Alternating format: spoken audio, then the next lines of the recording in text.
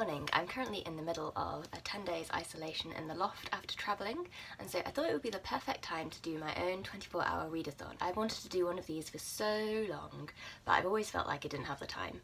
And now I'm on my Christmas holidays and I'm trapped in a room for 10 days, so I could not be in a better position to have time to do 24 hours of reading. I'm not going to do the traditional 24 hours in one sitting readathon because I just know that I would get really tired and stop enjoying it. And the point of all this reading social media is to really celebrate the love of reading and the joy of it.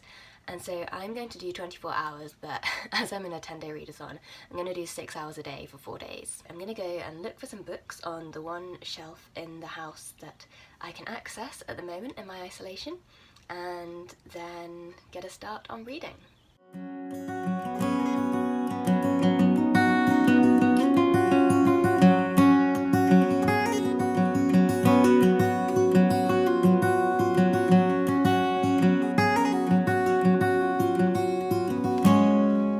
These are the books that I've selected in the end. Exclusively classics, which is quite exciting. I decided to start with Far from the Madden Crowd, in part just because, look at that cover. Look how Christmassy and perfect for this time of year it looks. Apparently the artwork shows a detail from The Sun Had Closed the Winter Day by Joseph Farquharson, who I've never heard of. I've read just the very beginning. I think I'm gonna kind of read this with a notepad and pen with me because I feel like there's lots of things already that I'm picking up on that I'm excited to see how they play out throughout the story. One of the main characters we've been introduced to so far is called Gabriel Oak, which is just already such a great solid name with the angelic first name, which, you know, makes him seem extremely likeable. However, as we know from Tess of the D'Urberville, Hardy kind of plays with names. I would say though, do not ever read this edition. I'm so disappointed with it. The third note in the book just revealed the entire plot, and I think it should be illegal for books to do that. So yeah, Penguin Classics edition, avoid. Apart from that, the writing is beautiful so far, and I'm really excited for it.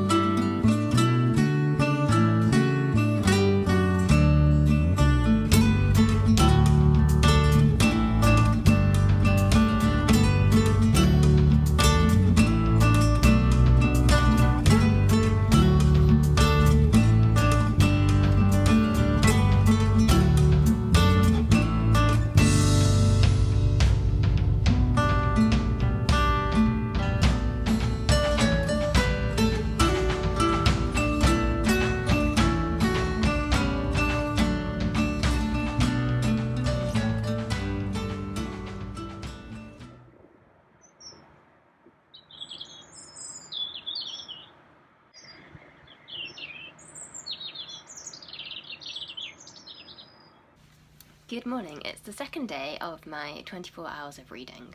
So I read for 6 hours yesterday, and I am still on Far from the Madden Crowd, which, to be honest, I did expect. What I didn't expect is that I would be such a short way through. I'm only like not even halfway yet. So this reading lots of classics in 24 hours might just turn into reading Far from the Madden Crowd in 24 hours, but that's okay.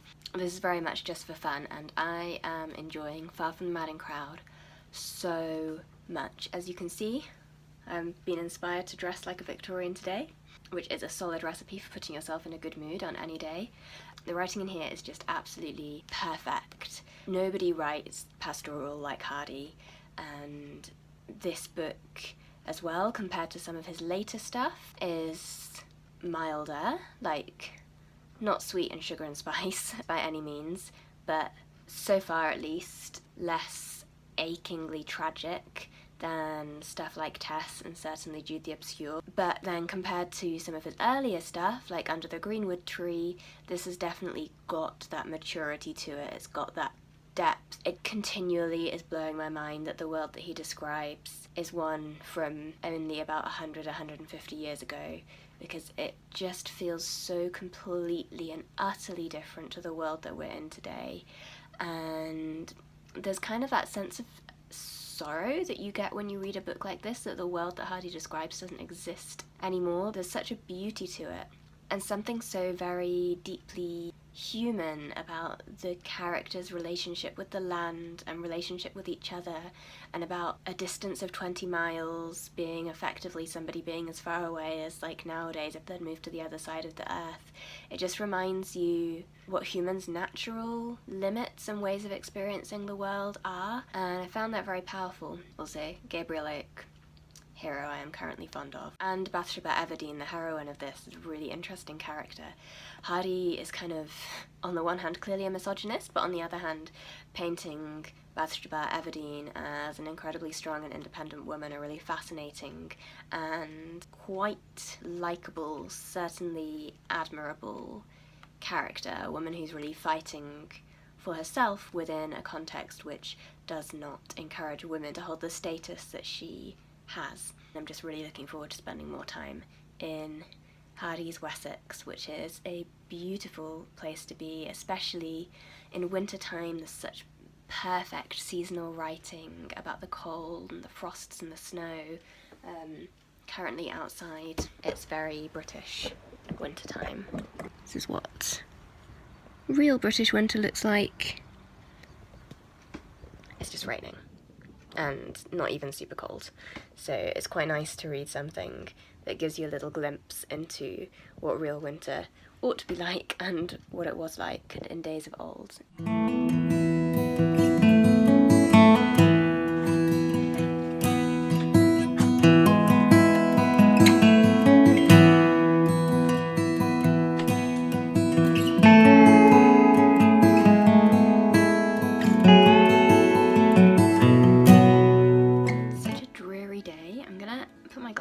Because my eyes are starting to really ache, even though I'm actually short-sighted, so in theory I shouldn't need my glasses for reading at all. But sometimes I find the placebo effect of having glass in front of my eyes helps me when my eyes are tired reading or looking at a screen, even though it's possibly not actually helping at all.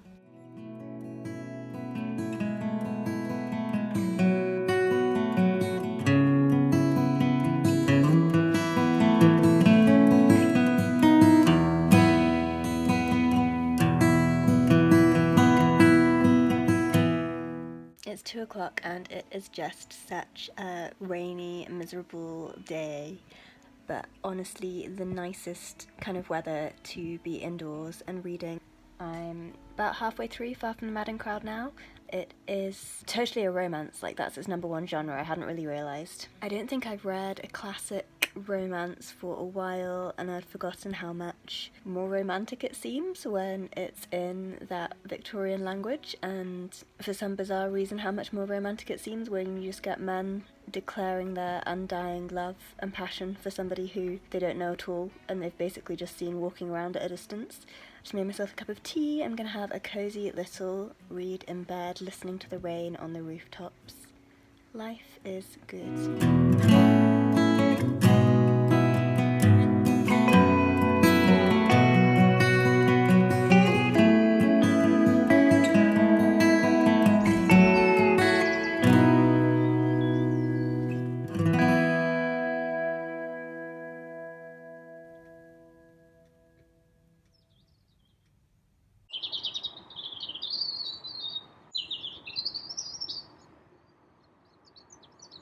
Good afternoon, it is Thursday. I am coming to you from the end of my bed, which is fitting because that is where I've spent the whole morning.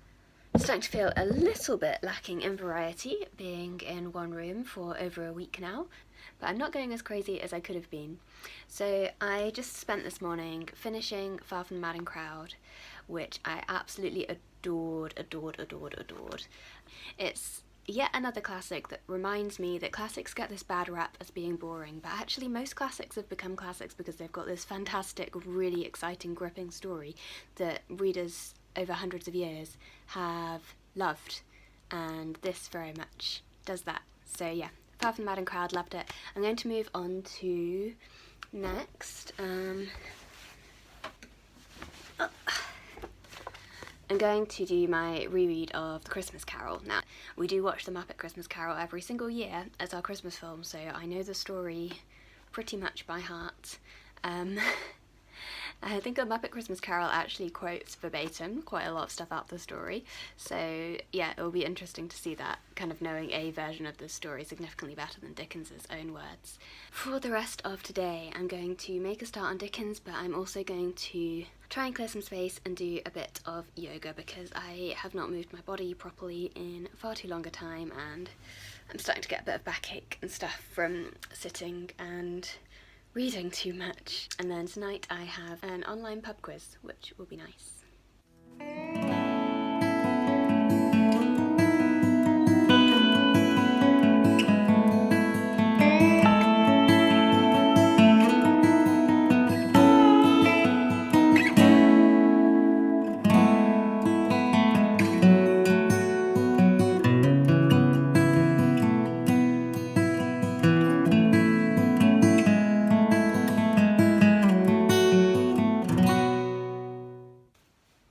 It is a little bit later, not even that much later. It's still very much the afternoon, but it's pitch black outside. I know this isn't the best light for filming in, but I just started A Christmas Carol, and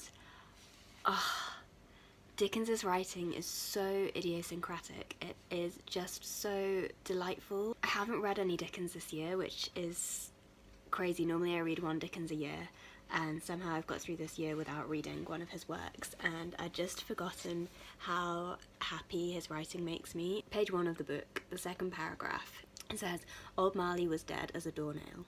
Mind, I don't mean to say that I know, of my own knowledge, what there is particularly dead about a doornail. I might have been inclined, myself, to regard a coffin nail as the deadest piece of ironmongery in the trade.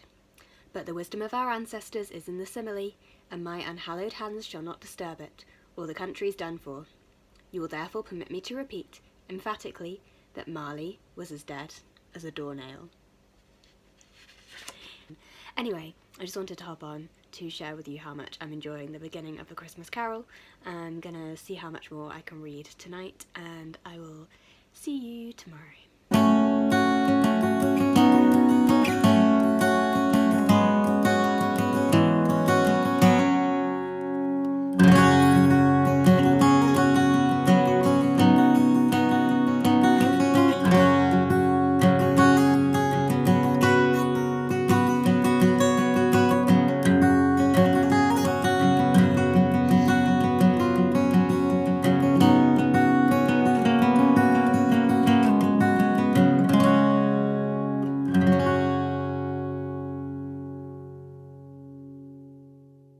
Good morning, it is Friday, the last day of my 24-hour reading challenge that I set myself. I have just finished reading A Christmas Carol, which was everything that I hoped it would be and more.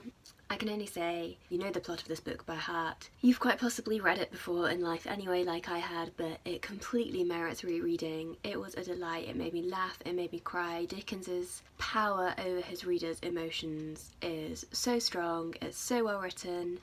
It's so Christmassy in the best possible way. I loved it, loved it, loved it, loved it, loved it. So that was my second book. I had been planning to read Persuasion next.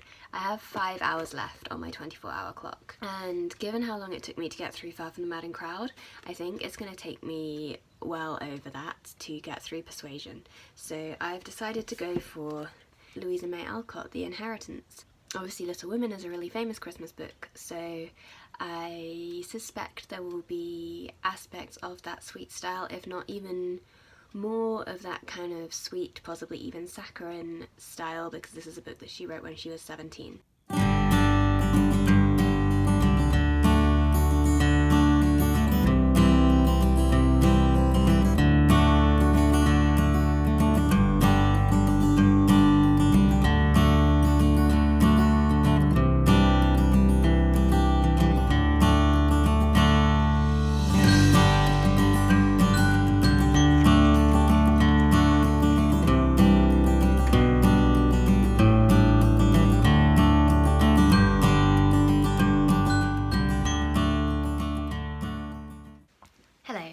3 on Friday. It's starting to get dark out. It's been a miserable, gloomy, rainy day the whole day. I have just finished my 24 hours of reading challenge with The Inheritance, which there's just no words. This was such a surprise in terms of how awful it was, and I say that with all love and affection for Louisa May Alcott. This book was never published during her lifetime, with good reason, and she did write it when she was 17, so to be fair to her. The characters are bizarrely stereotyped. So the protagonist in this is kind of a bit of a Beth-esque girl, but just like times a million, to the extent that she is so frustratingly self-sacrificing you just want to slap her. All of the dialogue is really stilted. There was a weird bit on about page 8 with some ghosts that didn't really make any sense. Let me just give you a taste of the writing, because it has to be heard to be believed. "But you have not told us, Arthur. Is he handsome? Half the romance will be gone if he is not." "He is not what you ladies might consider handsome," was the gay reply.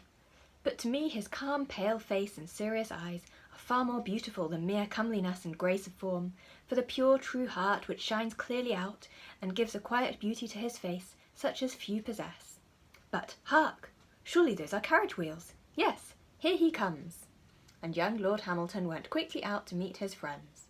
The ladies stood upon the balcony to greet him as he passed, while the young girl who sat alone stole softly from the room.